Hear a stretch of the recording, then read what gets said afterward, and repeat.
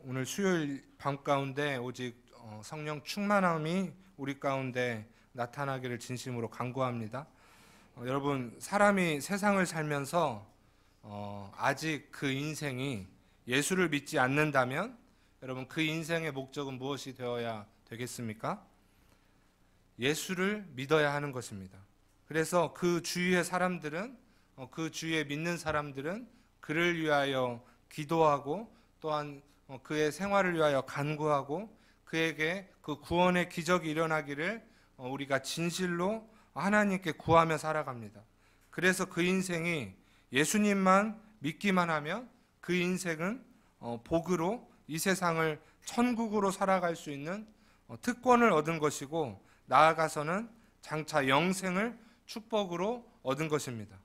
그럼 이미 예수를 믿은 인생은 어떠한가요? 바로 우리들이죠. 저나 여러분, 우리들입니다. 저는 이렇게 생각합니다. 여러분, 저는 제 인생이 매우 값진 인생입니다. 네. 왜 잘난 체 하냐고 하실 수도 있지만 저뿐만이 아닙니다. 여기 계신 여러분의 인생도 매우 값지다고 저는 믿습니다. 왜냐하면 우리가 그 예수님을 믿었기 때문입니다. 그리고 우리가 우리 인생이 분명 예수님을 믿었는데 아직 이 세상에 살아가고 있다면 우리의 인생은 이제 사명자로 거듭나는 것입니다. 그래서 이 인생은 오직 하나님의 사람으로 살아갈 특권이 있는 것입니다. 그래서 이 땅에서 분명히 사람을 살리며 살아갈 수 있는 그 값진, 너무나 큰 보화 같은 그러한 할 일들이 주어진다는 것입니다. 여러분, 그것을 믿으십니까? 여러분, 이것을 믿으신다면 여러분은 너무나 행복한 사람인 것입니다. 현실에서 우리가 여러 가지 고난과 같이 보이는 일을 많이 만납니다. 그래서 이러한 사실을 믿는 인생은 한순간 한순간을 그냥 지나치지 않습니다. 그냥 푸념으로 그 인생을 채우지 않습니다. 왜냐하면 오늘 만나는 이 하루가 너무나 소중하기 때문입니다. 하나님께서 오늘 또 내 눈앞에 저 하늘과 이 땅과 모든 만물들을 지어주신 것입니다. 그리고 그 열방의 나라들 가운데 그 중심에 누구를 세우셨습니까? 나를 세우시고 또 우리를 세우신 것입니다. 우리 교회를 세우시고, 그래서 주님께서 보여주시는 그 하나하나가 우리에게는 감동으로 다가오는 것입니다. 그래서 이렇게 심취해 있는 사람은 이런 말과 행동을 하죠. 하나님께서 보여주시는 세상이 너무나 감격스러워서 너무나 모든 것이 주님께 영광이고 또 기쁨이고 하면서 막 때로는 실성한 사람처럼 막 그렇게 이야기를 합니다. 여러분도 그렇게 하시나요? 무슨 말인지 잘 모르시죠? 네. 제가 가끔 이런 말을 합니다. 누군가 옆에서 목사님 힘들지 않으세요? 피곤하지 않으세요? 이렇게 물어보면 가끔씩 습관처럼 때로는 내 마음에 솔직히 동의하지 않지만 의지적으로 이렇게 이야기합니다. 아니, 예수님이 십자가에 죽으셨는데 이게 뭐가 힘들어요? 네. 주님의 몸된 교회를 섬기는 일이 얼마나 영광스러운 일인데 제가 몸 좀 피곤하면 어떻습니까? 그래서 이제 이럴 때 사람들은 좀 그렇게 말하지 마시고 진짜 힘들잖아요. 그러면 제가 힘들어도 주님이 영광 받으시면 되는데 이렇게 말을 마무리합니다. 그러면 때로는 막 재수 없어 보일 수도 있고, 예. 그런데 여러분, 제가 일부러라도 이렇게 이야기하는 이유가 있습니다. 왜냐하면 이렇게 제가 입으로 시인할 때 설령 내가 내 생각이 동의하지 못해도 그 이론적인 것에 내가 입으로 시인할 때 제 마음에 기쁨이 찾아오는 것입니다. 그리고 그 순간에 나도 모르게 내 안에 계신 성령께서 감동하셔서 내가 주님을 인정하는 그 모습에 흡족해 하시는 것을 내가 자연스럽게 느끼기 때문입니다. 여러분, 요즘 많이 힘드시나요? 아멘. 예. 아멘은 생각을 좀 하고 하셔야 됩니다. 근데 여러분, 힘들다고 그냥 푸념만 하지 마시고 짜증만 내지 마시고 할 수 있는 만큼이라도 내가 주님께 영광 올려드리고 그 십자가의 값진 은혜가 나에게도 지금 이 시간에 함께하고 있다는 것을 여러분 입으로 시인할 때 구원의 기쁨을 여러분 감히 누릴 수 있다고 저는 믿습니다. 여러분 이러한 맥락으로 오늘 말씀을 이어가려고 하는데요. 오늘 본문에서 예수님과 제자들과 이와 비슷한 그런 이야기를 나누어지는 상황입니다. 현실과 이상의 차이입니다. 그리고 내가 눈에 보이는 나라와 눈에 보이지 않는 나라에 대한 그 차이입니다.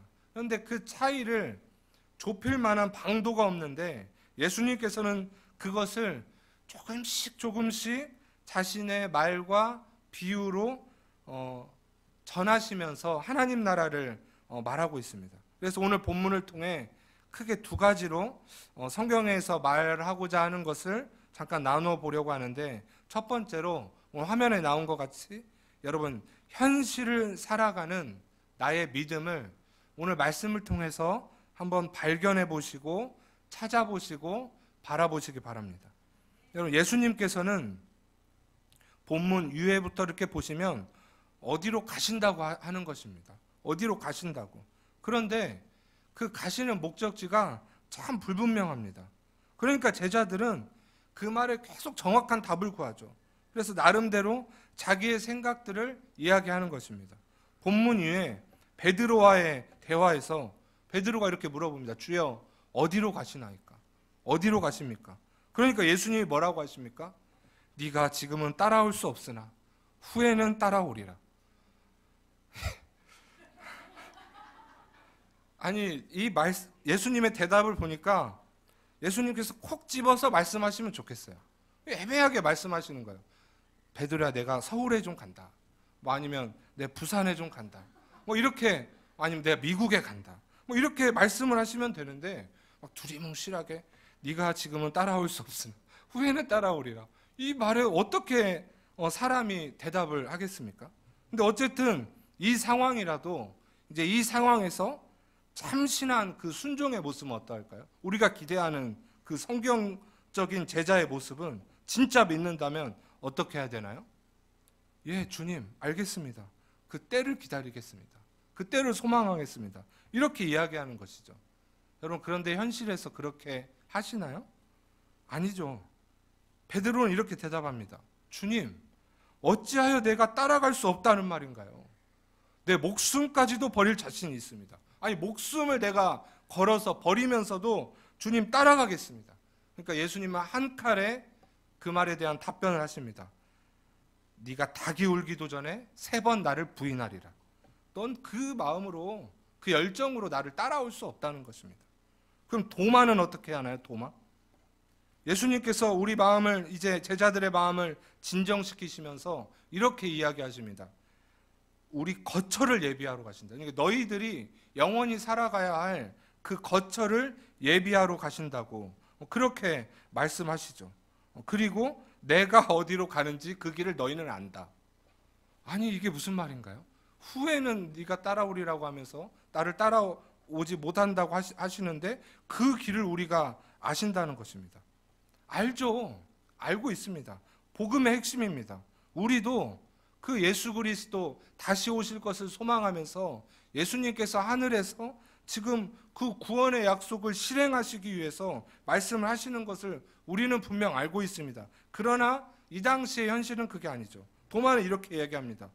어디로 가시는지 우리는 알지 못합니다. 주님, 그렇게 이야기하지 마세요. 얘기 안 하셨잖아요. 우리가 그걸 어떻게 알겠습니까? 예수님은 분명 우리에게 그 길을 아신다고 하지만 도마는 아니요, 그 길을 우리 모릅니다. 주님 말씀하지 않으셨습니다. 이렇게 단정짓죠. 이어서 예수님은 한 레벨 더 높이셔서 오늘 본문 읽은 그 본문에서 너희가 하나님 아버지를 보았느니라. 나를 알았다면 너희는 내 아버지도 알았다고 이렇게 말씀하십니다. 그러니까 빌립이 뭐라고 하십니까? 뭐라고 합니까? 보여주시옵소서. 아니, 보았다고 하는데 보여주시옵소서. 말만 하지 마시고 예수님 이제 보여주시옵소서. 이렇게 이야기하는 것입니다. 베드로는 너희가 못 따라온다는데 아니요, 그럴 수 없습니다. 내가 따라갈 수 있습니다. 도마는 그 길을 아신다는 질문에 아니, 모릅니다. 나 그 길 모릅니다. 빌립은 보았다는 메시지 앞에서 보여주시옵소서. 동문서답 아닙니까? 모두가 예수님 앞에서 예수님이 말씀하시는 그의 정반대되는 질문으로 응대하는 것입니다. 물론 우리는 이 상황을 잘 알고 있습니다. 그래서 그 당시의 제자들을 우리가 비판할 자격이 없습니다. 실제 1세기 당시 그때는 지금보다 혼란의 시기죠. 이들은 예수님과 함께 다니지만 매우 노심초사입니다. 예수님을 따라가는 것 자체가요. 왜냐하면 예수님을 내가 따라다니는 이 일이 굉장히 위험한 일입니다. 세상에서 바라보기에는.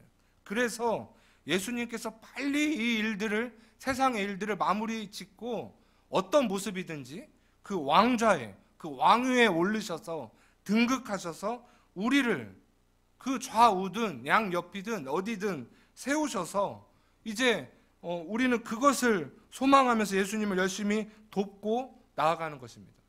그래서 예수님께서 기적을 일으키시고 병을 고치시고 막 이런 일을 할 때 열심히 분주함 가운데 나아가지만 그러한 모든 일이 끝나고 차분해지면 제자들은 이제 자신들 안에 그 안에 있는 그 지식과 어떠한 믿음과 그 예수님께서 하시는 말씀, 그 현실 가운데 계속적으로 저울질 할 수밖에 없는 것입니다. 그래서 또 확인하고 또 확인하고 그럼에도 풀리지 않는 궁금증을 가지고 있어야만 하는 것입니다. 그리고 실제 이때는 예수님이 실제 십자가에 죽으시기 전이기 때문에 이러한 부분을 사람이 풀어낼 수 없는 그러한 부분이죠. 그런데 물론 이 말씀들은 신구약에서 계속 예수님께서는 예표하셨습니다. 이사야에도 53장 10절에 보니까 여호와께서 그에게 상함을 받게 하시기를 원하사 질고를 당하게 하셨은즉 그의 영혼을 속건제물로 드리기에 이르면 그가 씨를 보게 되며 그의 날은 길 것이요 그의 손으로 여호와께서 기뻐하시는 뜻을 성취하리로다. 그러니까 이러한 예언을 통하여 메시아를 기다리는 것은 그 당시 사람들의 공통적인 소망이었습니다. 그러나 그 모습이 어떠한 모습일지에 대해서는 모두가 궁금한 것입니다. 그래서 이러한 복음이, 그 예언이 때로는 위로가 되지만 그 눈앞의 현실을 이기게까지는 못하는 그러한 현실을 지금 제자들이 경험하고 있는 것입니다. 여러분 어떠하십니까? 여러분 이 자리에 예배를 일주일에 아마 10번도 더 드리는 분도 있을 것입니다. 있습니다. 제가 보니까. 아마 집에서 인터넷으로 설교를 계속 돌려가면서 들으시는 분도 계실 것입니다. 막 기도를 하루에 몇 시간씩 하고 말씀을 막 보면서 주님, 나 할 수 있는데 왜 이렇게 지금 안 된다고 하십니까? 아니면 제발 좀 알려주세요. 주님 좀 보여주세요, 제발. 우리가 이러한 고집에 하나님의 말씀을 많이 가두고 있습니다.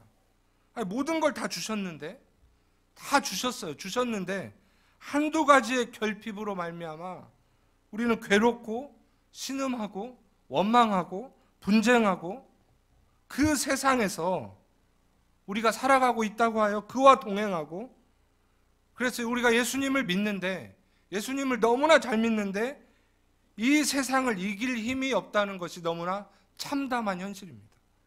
그런데 여러분, 그럼에도 불구하고 너무나 낙심하지 마시고 그래도 말씀을 믿고 소망을 꿈꾸시기 바랍니다.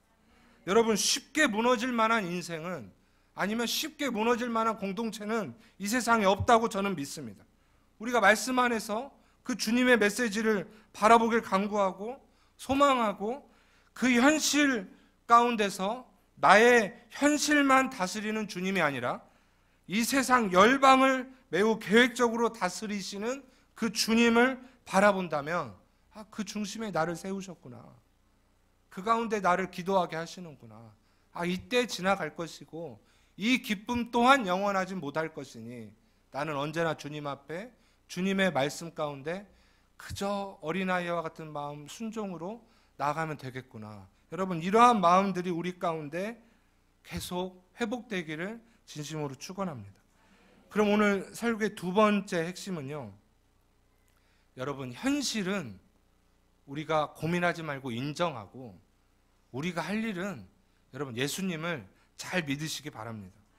제가 혹시 여기 계신 분들을 막 너무 믿음 없는 사람처럼 막 불신자처럼 만드는 것은 아닙니다. 그러나 모든 예배 가운데 오직 주 예수 그리스도를 향한 믿음이 그것이 커진다면 저는 그것보다 더욱더 큰 역사하심은 없다고 믿습니다. 여러분 우리가 조금 전에 읽은 9절부터 11절까지를 한번 다 함께 읽어보겠습니다. 9절부터 11절 시작. 예수께서 이르시되 빌립아 내가 이렇게 너희와 함께 있으되 네가 나를 알지 못하느냐. 나를 본 자는 아버지를 보았거늘 어찌하여 아버지를 보이라 하느냐. 내가 아버지 안에 거하고 아버지는 내 안에 계신 것을 내가 믿지 않으냐. 내가 너희에게 이르는 말은 스스로 하는 것이 아니라 아버지께서 내 안에 계셔서 그의 일을 하시는 것이라. 내가 아버지 안에 거하고 아버지께서 내 안에 계심을 믿으라. 그렇지 못하겠거든 행하는 그 일로 말미암아 나를 믿으라. 아멘. 여러분 예수님께서 지금 빌립에게 이렇게 말하는 어떻게 보면 질책하는 듯한 이 메시지의 뜻은 무엇인가요? 요한복음 6장에 보면 이제는 제자들이 아니고 예수님과 예수님에 대해서 무리들이 제자들이 아닌 무리들이 모여있는 무리들이 예수님과 대화하는 장면이 나옵니다. 요한복음 6장 24절에 보니까 무리가 거기에 예수도 안 계시고 제자들도 없음을 보고 곧 배들을 타고 예수를 찾으러 가버나움으로 가서 25절에 바다 건너편에서 만나 랍비여 언제 여기 오셨나이까 하니 랍비라고 부르죠. 26절에 예수께서 대답하여 이르시되 내가 진실로 진실로 너희에게 이르노니 너희가 나를 찾는 것은 표적을 본 까닭이 아니요 무엇입니까? 떡을 먹고 배부른 까닭이로다. 썩을 양식을 위하여 일하지 말고 영생하도록 있는 양식을 위하여 하라. 이 양식은 인자가 너희에게 주리니 인자는 아버지 하나님께서 인치신 것이니라. 그러니까 그들이 뭐라고 합니까? 그들이 묻되 우리가 어떻게 하여야 하나님의 일을 하오리이까? 그러니까 자기들도 하나님의 일을 해야 되겠는데 그렇다면 이 상황 가운데서 예수님의 말씀을 종합하자면 우리가 어떻게 해야 되죠? 예수님께서 이렇게 말씀하시죠. 하나님께서 보내신 일을 믿는 것이 하나님의 일이니라. 나를 믿으라는 거죠. 예수님을. 여러분 이 무리들과의 대화와 빌립과 예수님과 대화와 큰 차이가 없습니다. 그 무리들이 예수님께 이렇게 구합니다. 우리에게 떡을 항상 주소서. 우리에게 이 떡이 항상 있게 하여 주십시오. 예수님 뭐라고 하십니까? 내가 생명의 떡이다. 내가. 이 보이는 눈의 떡이 아니라 그 사람은 무엇을 뜻하여 말했겠습니까? 떡이었죠. 그러나 내가 너희에게 이르기를 너희는 나를 보고도 믿지 아니하는도다 하였느니라. 예수님께서 이렇게 말씀하셨습니다. 그러니까 빌립과 그럼 제자들이 그 예수님을 찾아온 무리들을 바라보면서 뭐라고 생각하셨겠습니까? 여러분 우리는 그 믿음이 연약한 자들이 막 어떤 질문을 할 때 어린아이들이 그냥 눈앞에 있는 과자 먹고 싶어서 막 질문하고 뗐을 때 뭐라고 말합니까? 저 사람들 믿음이 저렇게 약해가지고 눈에 보이는 것만 추구하고 하면서 얼마나 비웃었겠어요. 그런데 빌립도 그것이 자기의 현실이 되니까 안 믿는 거예요. 못 믿는 겁니다. 예수님의 말씀을, 눈앞에 계신 예수님의 말씀을. 어떻게 보면 정말 믿을 만하고 참을 만한데 빌립 정도면, 그런데 계속 안 보인다고 하면 답답한 것입니다. 성경에 나와 있는 말을 해도 안 믿는 것입니다. 저도 마찬가지죠. 현실의 그 어려움 앞에 있으면 그깟 현실 우리가 막 설교할 때는 여러분 예수 그리스도 이름으로 기도하고 어쩌고 저쩌고 하면서도 그 육신의 연약함 앞에서 무너지는 것입니다. 막 불신자같이. 그러면서 또 기도하죠. 어떻게 기도합니까? 주님 제발 좀 만나주시라고, 보여주시라고. 아무것도 안 보인다고 하면서 막 분주하고 그러다 보면 현실이 얼마나 커지는지 모릅니다. 그런데 여러분 오늘 본문에 보니까 예수님께서 정답을 말씀하십니다. 내가 아버지 안에 거하고 아버지는 내 안에 계신 것을 내가 믿지 아니하느냐. 내가 너에게 이르는 말은 스스로 하는 것이 아니라 아버지께서 내 안에 계셔서 그의 일을 하시는 것이라. 내가 아버지 안에 거하고 아버지께서 내 안에 계심을 믿으라. 그렇지 못하겠거는 무엇을 믿으라고 합니까? 행하는 그 일로 말미암아 나를 믿으라. 여러분, 말씀만으로 이렇게 이론적으로 도저히 못 믿으시겠다면 여기 말씀에 나온 것처럼 눈앞의 현실을 바라보십시오. 눈앞의 현실. 오늘 이 하루를 지으신 분이 누구냐고요. 이 세상 열방이 얼마나 크고 넓고 나라와 민족들이 얼마나 많은데 이렇게 자유롭게 예수님을 믿을 수 있는 곳이, 예배 드릴 수 있는 곳이 많지 않아요, 여러분. 그런데 우리가 이곳에 살아가고 있습니다. 오늘 또 수요일 밤에 우리를 핍박하는 자가 없습니다. 놀랍지 않으세요? 이것이 기적이 아닙니까? 근데 우리를 무엇을 바라봅니까? 내 안에, 사람들 안에 이 세상에 가득 찬 죄만 바라보고 있습니다. 그러니까 마음이 강팍해지는 거예요. 그런데 우리는 그 죄를 사하시고 그것을 씻으시고 새롭게 써나가실 오직 주님을 바라보면 모든 것이 해결될 것입니다. 주님이 그 일을 지금도 오늘 또 행하시는 것입니다. 나를 안 죽이셨습니다. 나를. 신기하지 않으세요? 여러분, 십자가의 증거를 보여달라고요? 김대우를 생각하십시오. 저를 아직 안 죽이셨어요. 아직도 내가 살아가고 있다는 말입니다. 제 은혜 아래에 있어요. 여러분, 예배 시간에만 예수님 믿는 것이 아닙니다. 돌아가서도, 길을 갈 때에도, 운전할 때에도, 어느 때에도 우리는 예수님을 믿는 거예요. 집에서 부부싸움을 하고 나서도 죽을 만큼 고집 피웠으면 솔직히 싸우다 보면 왜 싸우는지도 모르잖아요. 솔직히 말해서.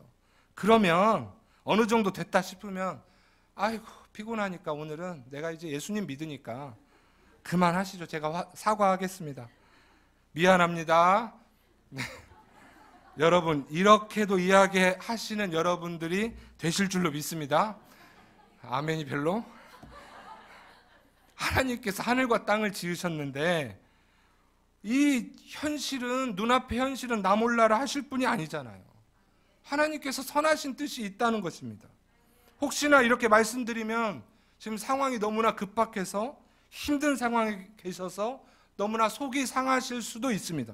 그런데도 죄송하지만 여러분, 하나님의 뜻이 있는 것은 맞습니다.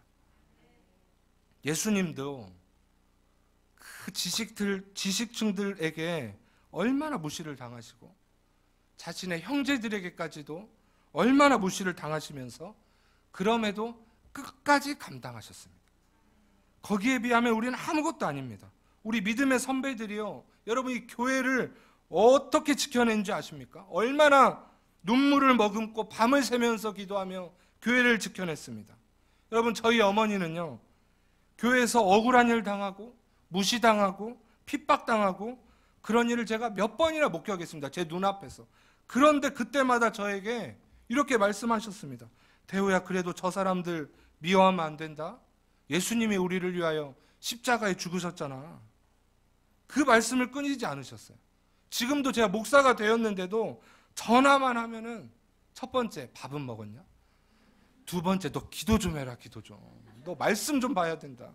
너 목사가 믿음 떨어지면 끝나는 거야. 이 세상 공중권세가 얼마나 무시무시하고 힘이 센데 그것들 우리를 쉬지 않고 공격하는데 우리가 그냥 서로 미워하고 오해하고 잘난 체하고 분쟁하고 실망하게 하고 낙심하게 하는 일들을 얼마나 공중권세도 우리를 부추기는데 우리가 믿음이 떨어지면 되겠습니까? 그런데 여러분, 우리가 조금만 시야를 돌려서 너무나 큰 것만 우리가 바라는 것이 아니라 옆 사람만 보십시오. 옆 사람 한번 바라보세요. 1년 전에 당신이 수요예배나 나왔냐고. 하나님의 살아계심을 눈앞에서 묵도하시는 여러분 되시기를 진심으로 축원합니다. 제가 청소년 때요, 부모님 굉장히 속을 썩혀드리는 문제아였습니다. 문제아. 그런데 무슨 일이 있었는지 지금 목사가 되었어요. 근데 제가 목사가 되었어도 우리 가족들은 그것을 잘 실감하지 않아요. 이게 무슨 말인지 모르시면 아들, 딸 한번 신대원 보내보세요. 그럼 아실 겁니다. 아무튼 몇 년 전 명절에요. 이제 식탁 앞에서 우리 어머니가 그래도 목사가 되었으니까 말씀도 전하고 기도도 하라고 해가지고 매우 그날따라 이제 우리 집에 신방 왔다고 생각하고 열심히 한번 해야 되겠다. 막 이 말씀 전하고 그날따라 막 열정적으로 기도하고 이제 예수님 이름으로 기도합니다. 아멘. 그랬는데 저희 누나가 야, 너 기도하는 거 보니까 진짜 하나님 살아계시긴 하나 보다. 여러분, 행하신 일을 보시고 예수님을 믿으시기 바랍니다. 믿을 수 있고 볼 수 있고 우리가 믿고 기도하면 하나님께서는 그 가운데 일을 행하실 줄로 믿습니다. 여러분, 그걸 믿기 힘드세요? 아무리 말씀을 보고 기도를 한다고 해도 하나님께서는 그것을 이루지 않으신다고 혹시 말씀하시는 분 이 자리에 계십니까? 그렇게 말하지 마시고 하나님의 능력 그렇게 쉽게 판단하지 마시고 그러다 큰 코 다쳐서 저같이 신학교 가니까 실제로 한번 해보십시오.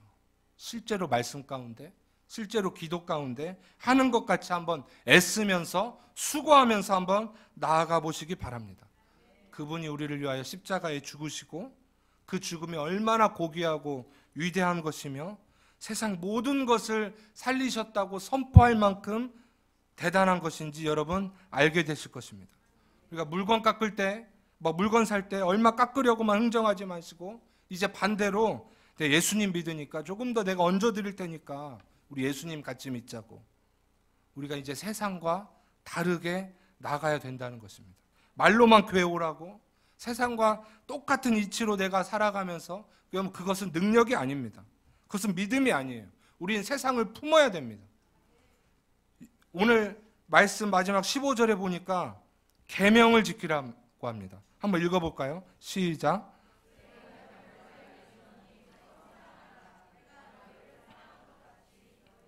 사랑하라. 너희가 서로 사랑하면 이로써 모든 사람이 너희가 내 제자인 줄. 사랑이랍니다. 여러분, 믿음이란 말은 어떠한 말과 같은 단어로 쓰입니다. 그것은 무엇이냐면 충성입니다. 그러니까 성령의 열매를 갈라디아 5장에서 말할 때 충성도 믿음과 똑같은 단어를 사용하고 있습니다. 그러니까 믿는다면 충성과 연계되는 거죠. 그러니까 예수님을 믿는 믿음은 충성이라는 것입니다. 그런데 예수님께서 오늘 이 믿음에 대해서 새 계명을 주노니 너희가 서로 사랑하라. 너희가 서로 사랑하면 세상이 너희를 보고 내 제자인 줄 알리라. 그렇다면 이건 예수님의 명령이죠. 그러니까 예수님 우리가 믿는다면 이 명령을 따라가는 것은 당연한 것입니다. 그것이 길입니다. 길. 그것을 예수님께서는 사랑이라고 말씀하십니다. 그 길을 모르신다고요? 그것은 사랑하며 나아가는 것입니다. 그런데 다시 말하면 사랑하는 것에 우리가 충성하는 것입니다. 명령에. 이 사랑은 여러분 아시죠? 자연스러운 사랑은 절대 아닙니다. 자연스럽게 십자가에 죽으실 수 있으십니까? 자연스럽게 육신이 아닙니다. 바늘에만 찔려도 얼마나 아픈지 아세요? 예수님이 왜 육신으로 이 세상에 오셨습니까? 참으시려고 오셨잖아요. 무모하지만 아프기 위해서, 우리를 위해서 말도 안 되지만 무시당하고 다 용서하시려고 그렇게까지 사랑하시려고 오셨다는 것입니다. 이것을 말로 표현할 수 있습니까? 아닙니다. 이것은 감당해야 되는 충성, 사랑입니다. 그러니까 우리가 기도해야 되고 연단되어져야 되고 훈련해야 되고 우리가 말씀 안에서 계속적으로 거듭나야 된다는 것입니다. 솔직히 예수님을 믿는 것, 그 사랑하는 것 힘듭니다. 자신이 없어요. 아무리 생각해봐도 살면 살아갈수록 이 사랑할 힘이 없는 것 같아요.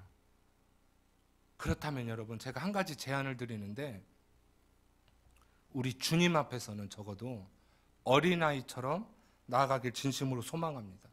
우리가 어린아이든 어른이든 새신자든 권사님, 장로님이든 저 같은 목회자라도 우리는 이 말씀같이 이사야 55장 1, 2절에 오호라 너희 목마른 자들아 물로 나오라 돈 없는 자들도 나아오라. 너희는 와서 사 먹되 돈 없이 값 없이 와서 포도주와 젖을 사라.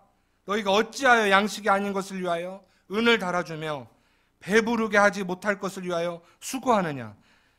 내게 듣고 들을지어다. 그리하면 너희가 좋은 것을 먹을 것이며 너희 자신들이 기름진 것으로 즐거움을 얻으리라. 너희는 여호와를 만날 만할 때에 찾으라. 여러분, 우리에게 하시는 말씀 아닙니까? 여러분, 예수님을 바라보시기 바랍니다. 그런데 바라보실 때 멀리 계신 분도 아니고 높이 계신 분도 아닌 그 가까이 계신 예수님 바라볼 때는요, 나의 지식을 막 총동원하고 나의 경험을 총동원해서 내가 높은 자리에 올라가서 바라보면 그것이 보이지 않습니다. 어린아이처럼. 아버지, 언제나 우리가 아버지 부를 때 나의 지식을 총동원해서 부릅니까? 아닙니다. 언제라도 우리를 기다리고 계십니다. 우리 체면 챙기느라 우리 집 나간 아들처럼 먼 발치에서 주님 바라보고 있다면 하나님 나라의 기쁨을 우리는 누릴 수 없는 것입니다.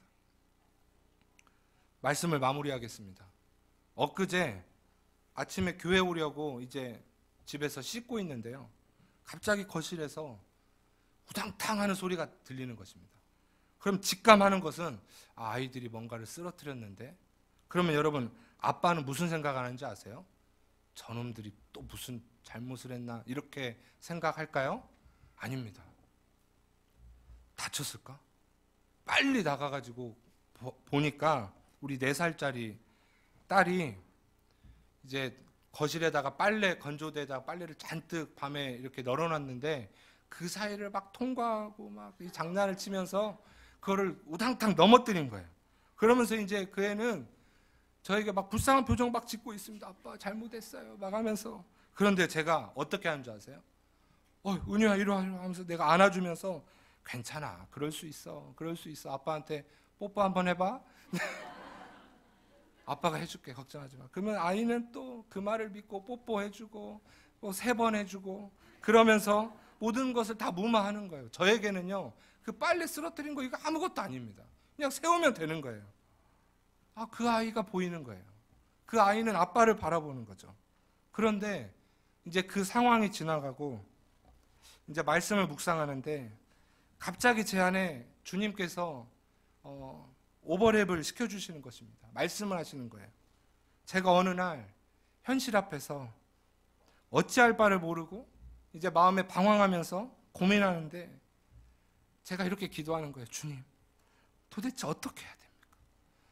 어찌해야 됩니까? 보여주십시오. 근데 잘 모르겠습니다.